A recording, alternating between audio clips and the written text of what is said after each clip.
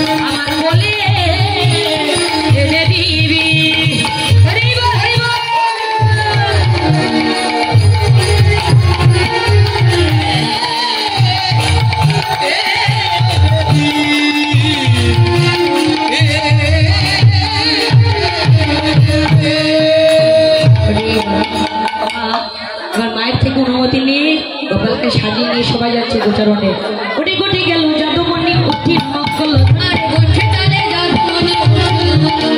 শিকারের মুরলীর রসা শিকারের মুরলীর রসা তবে ধন চলে হই হই আরে ধন চলে হই হই রাখাল বলে